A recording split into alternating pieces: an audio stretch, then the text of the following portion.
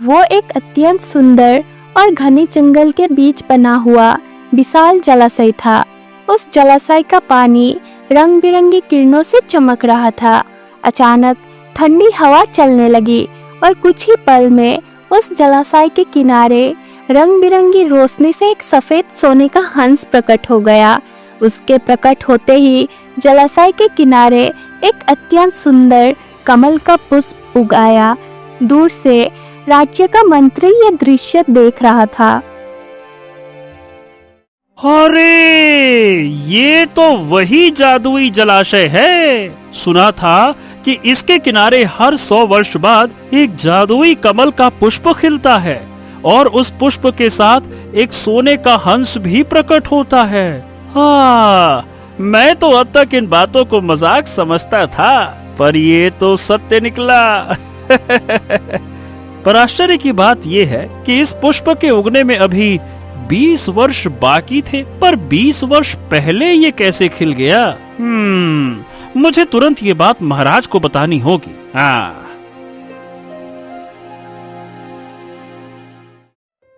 ये कहकर मंत्री अपने घोड़े पर सवार हुआ और सीधा राजमहल की ओर रवाना हो गया। कुछ ही देर में मंत्री राजमहल पहुंच गया। राजा सूरज मंत्री को देखकर मुस्कुराया। आइए आइए आइए मंत्री जी, क्या बात है? आपके चेहरे से लग रहा है कि आप कोई बहुत ही विचित्र दृश्य देख कर आए हैं। क्यों, आप जंगल की सैर पर गए थे ना? बिल्कुल सही कहा महाराज आपने। मैं आज एक अत्यंत विचित्र दृश्य देखकर आया हूँ। उसी के बारे में तो बताने के लिए मैं भागा भागा आपके पास आया हूँ।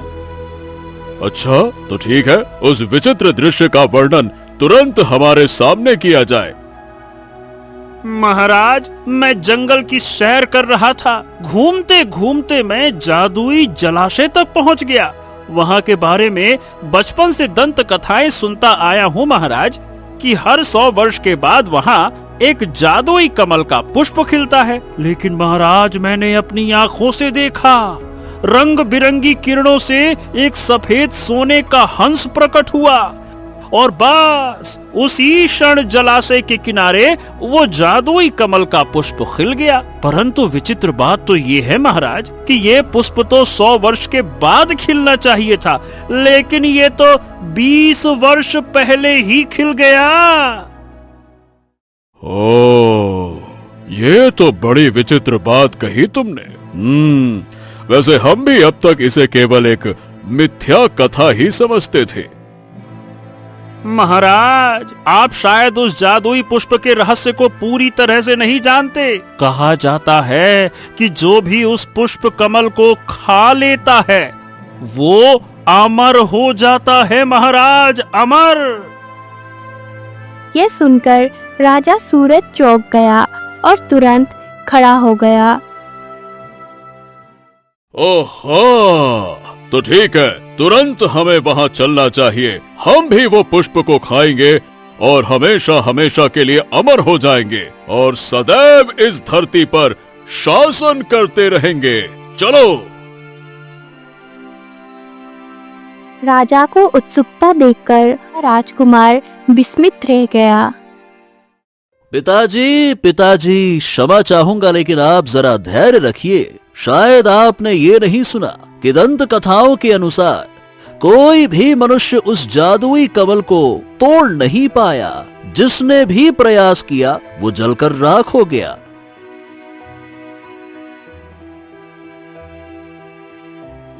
ओह, क्या ये सत्य है मंत्री जी?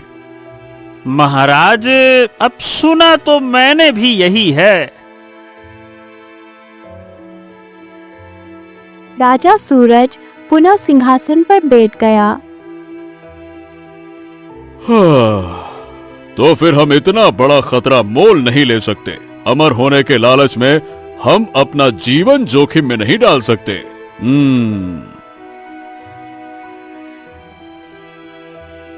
राजा के आदेश के बाद मंत्री चुपचाप वहां से चला गया।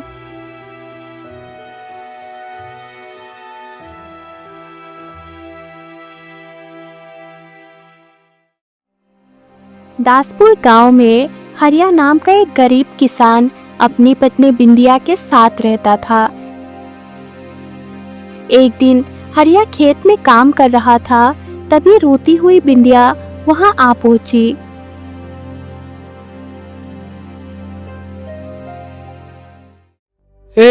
क्या हो गया बिंदिया, तुम रो काहे रही हो? हमारी पुत्री गौरी अचानक से बेहोश हो गई। ये सुनकर हरिया घबरा गया और तुरंत घर की ओर दौड़ा। गौरी बेहोश पड़ी थी। हरिया ने उसे उठाया और सीधे वैद्य जी की झोपड़ी में पहुंच गया। वैद्य जी, मेरी पुत्री अचानक से बेहोश हो गई, कृपया देखिए ना उसे क्या हो गया है।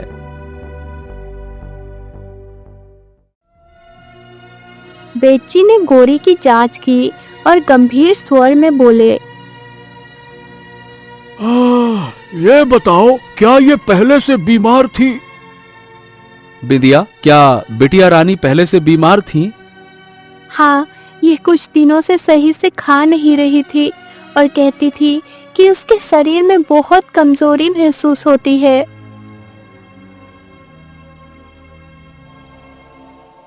वैद्य जी ने गौरी को एक औषधि दी।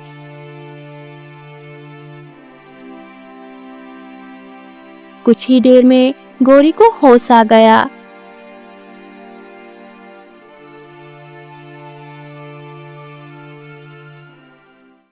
हाँ, देखो, तुम्हारी पुत्री को एक बहुत ही दुर्लभ बीमारी हुई है। इस बीमारी का निश्चित इलाज मुझे ज्ञात नहीं है, पर हाँ, मैं प्रयास कर सकता हूँ। तो फिर इसका इलाज प्रारंभ कीजिए ना वैद्य जी। मेरी पुत्री को किसी भी तरह से स्वस्थ कर दीजिए, चाहे जो हो जाए उसे ठीक कर दीजिए। लेकिन इसके लिए मुझे विशेष प्रकार की औषधि बनानी होगी, जिसमें दुर्लभ जड़ी बूटियां लगेंगी। वो जड़ी बूटियां राज्य के औषधालय में ही मिल सकती हैं और उनकी कीमत 50 सोने के सिक्के से अधिक होगी। क्या 50 सोने के सिक्के?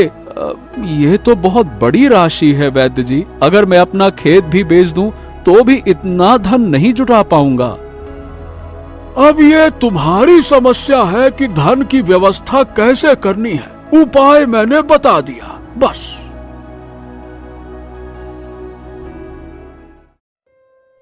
हरिया निराश होकर अपनी पुत्री गौरी और पत्नी बिंदिया के साथ घर लौट आया। उसके आंखों में नम आंसू थे और मन में एक ही प्रश्न था, अब आगे क्या किया जाए। हरिया सारी रात अपने घर पर बैठा अपनी बेटी गौरी के इलाज के लिए धन जुटाने की योजना बनाता रहा। उसे कोई उपाय नहीं सूझ रहा था।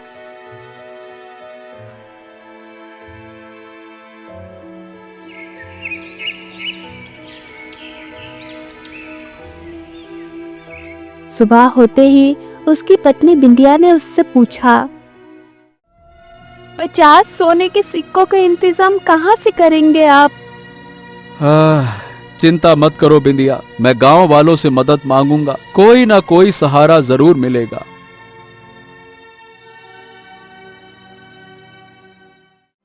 इतना कहकर हरिया घर से निकला और गांव के सबसे धनवान व्यक्ति धनीराम के घर की ओर बढ़ गया।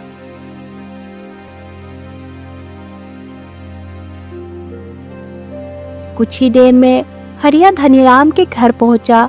उसने पूरी घटना धनीराम को बताई। राम राम धनीराम भाई। धनीराम भाई, मेरी बिटिया बहुत बीमार है। वैद्य जी ने जो औषधियां बताई हैं उसकी कीमत 50 सोने के सिक्कों की है। आप तो जानते हैं मैं बहुत गरीब हूँ, थोड़ा मदद कर दीजिए। बिटिया बहुत बीमार है धनीराम भाई, कुछ तो मदद कर दीजिए। ए हरिया, तू कोई 2 या 3 सिक्के नहीं मांग रहा, तू सीधा 50 सोने के सिक्के मांग रहा है, और ये बहुत बड़ी रकम होती है। इतनी सहायता मैं तो नहीं कर सकता भैया। अगर कोई तेरी मदद कर सकता है तो वो केवल और केवल है इस राज्य के राजा सूरज। और मुझे लगता है कि तुझे महल जाकर सीधा महाराज से ही मदद मांगनी चाहिए।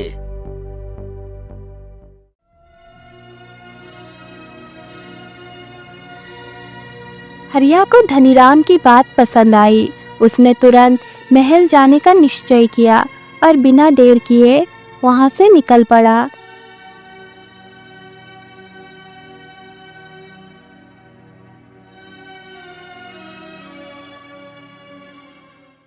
कुछ समय बाद हरिया राजा सूरज के दरबार में पहुंच गया। राजा सूरज अपने सिंहासन पर बैठे थे और उनके बगल में राजकुमार आदित्य भी उपस्थित था। कौन हो तुम? महाराज प्रणाम स्वीकार करें। महाराज मेरा नाम हरिया है। मैं एक बहुत ही गरीब किसान हूँ। महाराज मेरी पुत्री गौरी अचानक से बहुत ज्यादा बीमार हो गई है। वैद्य जी ने कहा है कि उसके इलाज के लिए जो जड़ी बूटियां चाहिए उनकी कीमत 50 सोने के सिक्कों की है। मुझ जैसा गरीब किसान भला इतना धन कहाँ से लाएगा। महाराज कृपया करके मेरी सहायता कीजिए। महाराज मदद कर दीजिए, हमारी बिटिया की कर दीजिए महाराज मदद। हरिया की आवाज में विनम्रता और पीड़ा थी। राजकुमार आदित्य ने अपने पिता की ओर देखा और धीरे से कहा, पिताजी ये बहुत गरीब किसान है, अपनी बेटी की बीमारी के कारण व्याकुल है। कृपया 50 सोने के सिक्कों की सहायता कर दीजिए, मेरा आपसे अनुरोध है। राजकुमार की बात सुनकर राजा सूरज क्रोधित हो उठा। दरअसल राजा सूरज प्रजा के प्रति बहुत कठोर और निर्दयी शासक था। राजकुमार आदित्य, तुम्हारा दिमाग तो ठीक है ना? अगर हम हर किसी की ऐसे ही मदद करने लगे तो राजकोष खाली हो जाएगा। आज ये 50 मांग रहा है, कल कोई 100 मांगेगा, फिर 1000, फिर 1 लाख। ऐसे हम किसी की भी सहायता नहीं कर सकते। लेकिन पिताजी। लेकिन वेकिन कुछ नहीं, चुप रहो। मैंने तुम्हें यहाँ इसलिए रखा है ताकि तुम सीख सको कि राज्य कैसे चलाया जाता है। जब तुम राजा बनोगे तब ये सारी बातें तुम्हारे काम आएंगी। राज्य ऐसे दान करने से नहीं चलता, समझे? राजा सूरज ने फिर हरिया की ओर देखा और कहा, और ओ गरीब हरिया, 50 सोने के सिक्के बहुत बड़ी रकम होती है। महाराज महाराज 50 सोने के सिक्के आपके लिए कोई बड़ी बात नहीं होती है। बहुत छोटी सी रकम है आपके सामने महाराज।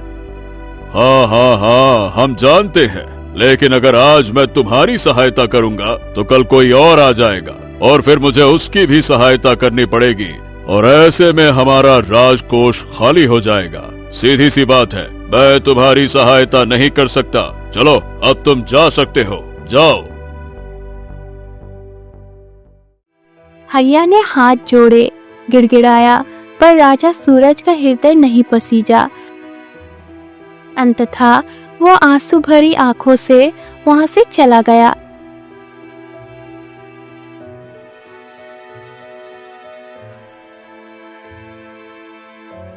थका हारा हरिया अपने घर लौटा। उसकी आंखों में निराशा थी। न जाने इस संसार को क्या हो गया है, कोई गरीब की मजबूरी नहीं समझता। महाराज के लिए 50 सोने के सिक्के कुछ भी नहीं है, फिर भी उन्होंने मेरी सहायता नहीं की तो नहीं की।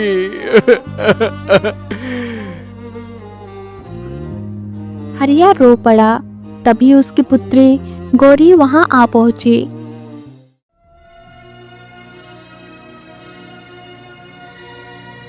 पिताजी, आंसू मत बहाइए। आपको अब किसी के आगे हाथ फैलाने की जरूरत नहीं। मुझे विश्वास है कि मेरी बीमारी अपने आप ठीक हो जाएगी।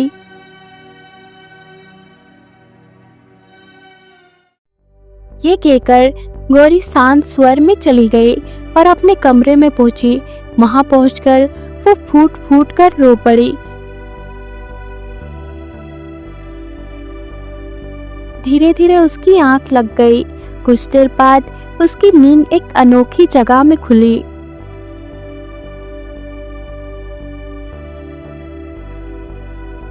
गौरी ने अपनी आंखें खोली तो पाया कि वो एक सुंदर हरे भरे जंगल में थी।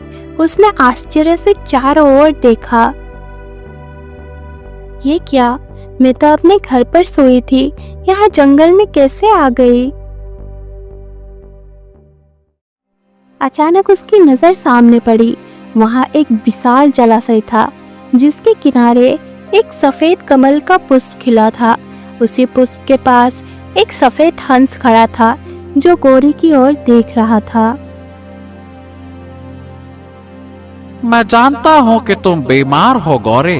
तुम्हारी बीमारी का इलाज इस संसार के किसी जड़ी बूटी में नहीं हो सकता।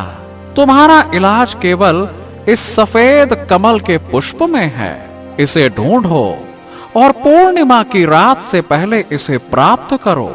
ये पुष्प हर 100 वर्ष के बाद खिलता है, मगर इस बार ये 20 वर्ष पहले ही खिल गया है।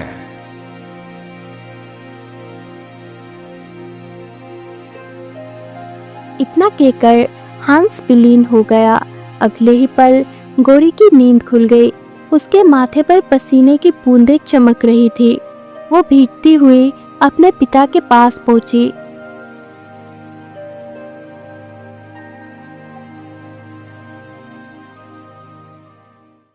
पिताजी, मैंने एक अद्भुत सपना देखा है। एक हंस ने मुझसे कहा कि मेरी बीमारी का इलाज किसी जड़ी बूटी से नहीं बल्कि एक सफेद कमल का पुष्प से होगा। वही पुष्प जो 100 वर्षों बाद खिलता है, लेकिन इस बार 20 वर्ष पहले खिला है।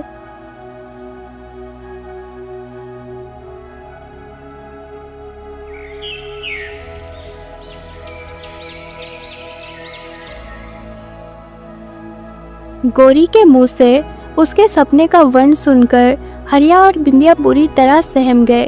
बिंदिया घबराई हुई बोली, कहीं हमारी पुत्री गौरी को वही जलाशय तो नहीं दिखाई दिया जिसके बारे में बरसों से विचित्र दंत कथाएं सुनते आई हूँ? जिस जगह का सपना तुमने बताया है, ये तो वही जलाशय लगता है और ऐसा कहा जाता है कि उस जलाशय के किनारे हर 100 वर्ष के बाद कमल का पुष्प उगता है। हाँ, तो इसका मतलब मेरा सपना सत्य था। पिताजी, मैं उस जगह को अपने आंखों से देखना चाहती हूँ। शायद वहाँ वाकई कोई सफेद कमल का पुष्प हो जिसे खाकर मेरी बीमारी ठीक हो सकती है। ठीक है बेटा, तो मैं तुम्हें जंगल तक पहुंचने का मार्ग बता दूंगा। और बेटा ध्यान से समझो, जंगल की सीमा शुरू होगी तो तुम्हें दाहिनी ओर मुड़ जाना है। कुछ दूर चलोगी ना तो वहां तुम्हें जलाशय दिख जाएगा। वही है वो जादुई जलाशय।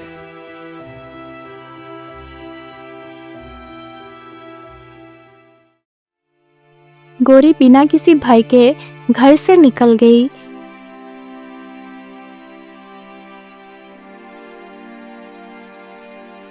कुछ देर बाद वो घने जंगल के बीच खड़ी थी। सामने 2 रास्ते जा रहे थे, एक दाहिने ओर और एक बाएं ओर।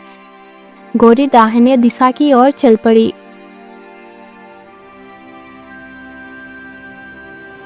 थोड़ी दूर चलने पर वो उस जगह पर पहुंची जहां उसके सामने वही सफेद कमल का पुष्प खिला था। गौरी आश्चर्य से भर गई। ये तो वही स्थान है जो मैंने सपने में देखा था। गौरी कमल के पुष्प को छूने ही वाली थी कि रंग बिरंगी रोशनी से वहां एक सफेद हंस प्रकट हो गया। गौरी चौंक गई। मुझे देखकर आश्चर्य करने की आवश्यकता नहीं है। जो सपना तुम्हें दिखाई दिया वो सपना मैंने ही अपनी जादुई शक्ति से दिखाया था। मैंने तुम्हें यहाँ बुलाया है। तुम कौन हो? यूं समझ लो कि मैं इस जादुई कमल के पुष्प का रक्षक हूँ। वर्षों से मैं इसकी रक्षा करता आया हूँ ताकि ये किसी गलत मनुष्य के हाथ ना लगे। अब मेरी बात ध्यान से सुनो। कल पूर्णिमा की रात है। कल रात तुम्हें यहीं पर आना होगा मैं तुम्हारा यही इंतजार करूंगा। तुम्हारी दुर्लभ बीमारी केवल और केवल इसी कमल के पुष्प से ही ठीक हो सकती है। कल रात मैं तुम्हें इलाज का रहस्य भी बता दूंगा। अब तुम जा सकती हो।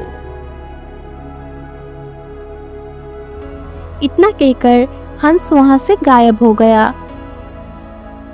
गौरी वहां से चली गई। मगर दूर से यह पूरा दृश्य राज्य का मंत्री देख रहा था। मंत्री भी तुरंत राजमहल की ओर भागकर राजा सूरज के समक्ष सारी घटना बताने लगा। महाराज महाराज महाराज, आज मैंने एक और आश्चर्यजनक विचित्र दृश्य देखा। महाराज, मैंने देखा कि एक लड़की जादुई हंस से बात कर रही थी। राजा सूरज ये सुनकर चौंक कर खड़े हो गए।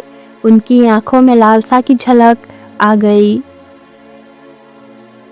क्या बात कर रहे हो? ये तो बड़ी ही विचित्र जानकारी दी तुमने। अब आगे क्या करने का इरादा है? महाराज, मेरे दिमाग में एक उपाय आया है। कौन सा उपाय? महाराज, मेरा मानना है कि कल पूर्णिमा की रात को वो हंस उसी लड़की को कमल का पुष्प दे देगा। मैं चाहता हूँ कि जैसे ही वो पुष्प लड़की के हाथ में आए, आप उससे छीन लें। इससे आपको कोई नुकसान भी नहीं होगा और आप वो पुष्प खाकर अमर बन सकते हैं। बस महाराज, थोड़ा सा पुष्प मुझको भी दे दीजिएगा, ताकि मैं भी आपके साथ अमरता को प्राप्त कर लूं। कोई तो आपका साथ देने के लिए होना चाहिए ना।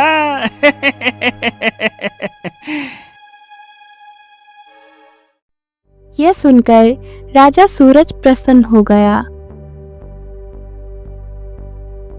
लेकिन राजकुमार आदित्य इस योजना पर असहमत था। पिताजी, मुझे लगता है कि आपको मंत्री जी की बात नहीं माननी चाहिए। इस मामले में जरूर कोई गहरा रहस्य है।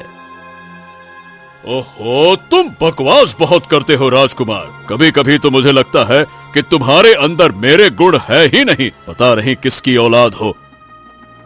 पिताजी, जिसे आप गुण कह रहे हैं वो अवगुण कहा जाता है, और इन्हीं अवगुणों के कारण आपको अत्याचारी राजा के नाम से जाना जाता है पूरे राज्य में। मैं तो शुक्र मनाता हूँ कि अच्छा हुआ आपके अवगुण मेरे रक्त में नहीं आए। राजा सूरज क्रोधित हो गया।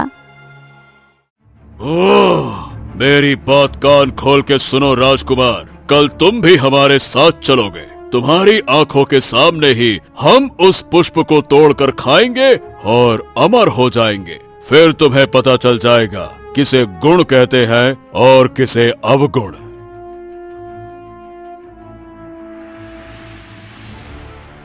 इधर दूसरी ओर गौरी ने पूरी घटना अपने माता पिता को बताई।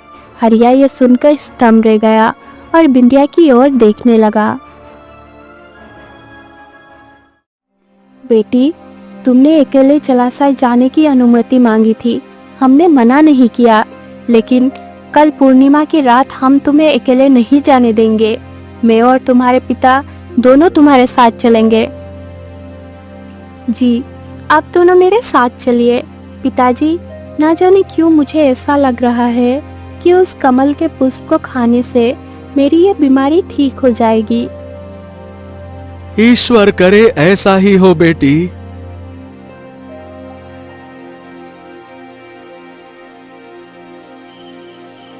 अगली पूर्णिमा की रात हरिया, बिंदिया और गौरी तीनों उस जादुई जलाशय की ओर निकल पड़े।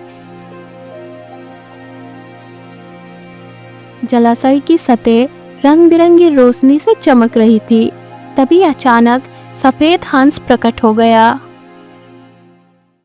हाँ, मुझे तुम्हारा ही इंतजार था गौरी।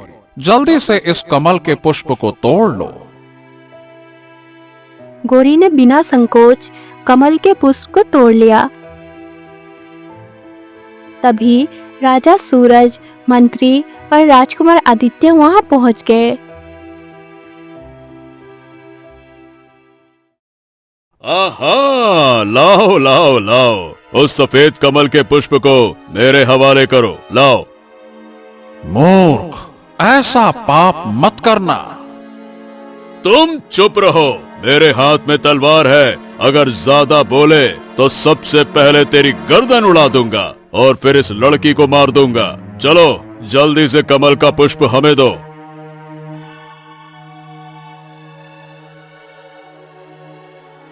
ए लड़की, अगर तूने हंस की बात मानी तो मैं तेरे पिता की जान ले लूंगा। ला इधर दे। गौरी बेबस हो गई। उसने कमल का पुष्प राजा सूरज के हवाले कर दिया।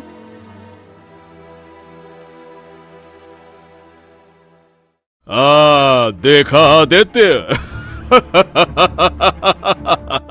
इतनी आसानी से हमें ये पुष्प मिल गया और लोग तो इसे छूने से डरते थे।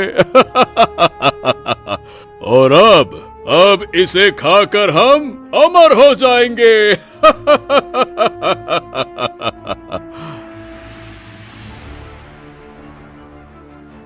राजा सूरज ने पुष्प का एक अंश तोड़ा और मुंह में डाल लिया। अगले ही पल उसका शरीर नीला पड़ने लगा। ये मुझे क्या हो रहा है? बेटे राजकुमार, देखो ये मुझे क्या हो रहा है? तभी सफेद हंस रंगीन प्रकाश से एक सुंदर पुरुष में परिवर्तित हो गया। मूर्ख राजा, जिसने भी लालच से इस पुष्प को खाया वो अमर नहीं हुआ, उसके लिए ये विष बन गया। लालची मनुष्य को ये पुष्प अमरता नहीं देता, बल्कि सीधे नर्क लोक के द्वार पर पहुंचा देता है। क्या तुम्हें इस बात का पता था मंत्री? नहीं नहीं महाराज, मुझे तो यही ज्ञात था कि इसे खाने से अमर हुआ जा सकता है। अगले ही पल राजा सूरज जमीन पर गिर पड़ा।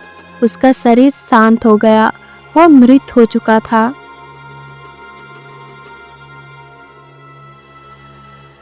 राजकुमार आदित्य ने क्रोध में तलवार निकाली और मंत्री के ओर देखा।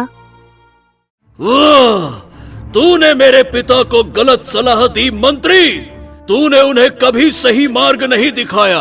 अब तुझे भी जीवित रहने का कोई अधिकार नहीं है।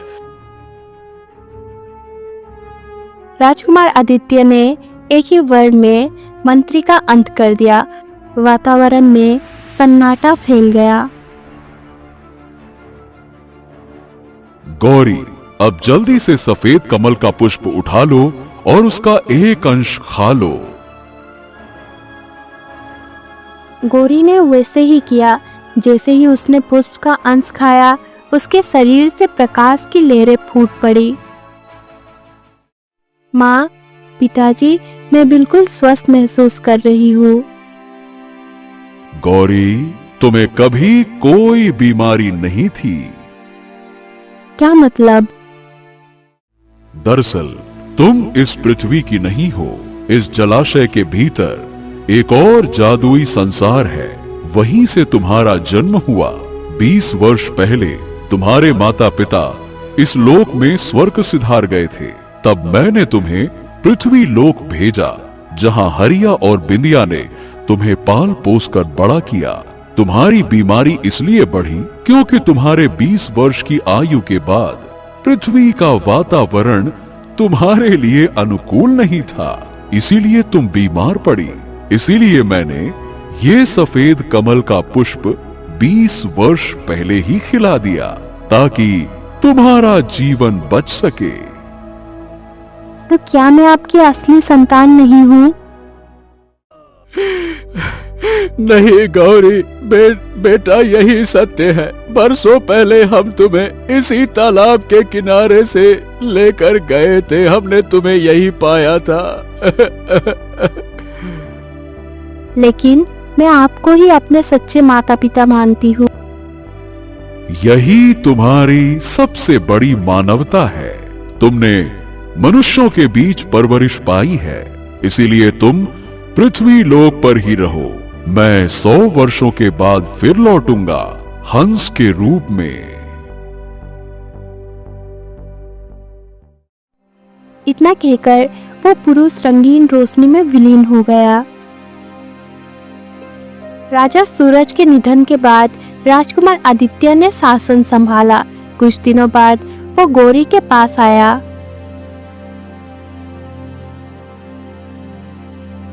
गौरी, मैं तुमसे विवाह करना चाहता हूँ, क्या तुम मेरी पत्नी बनोगी? हाँ राजकुमार।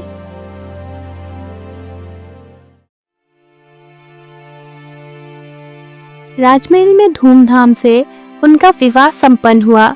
गौरी अब एक राजकुमारी बन चुकी थी। रंगीन रोशनी के बीच जलाशय फिर शांत हो गया।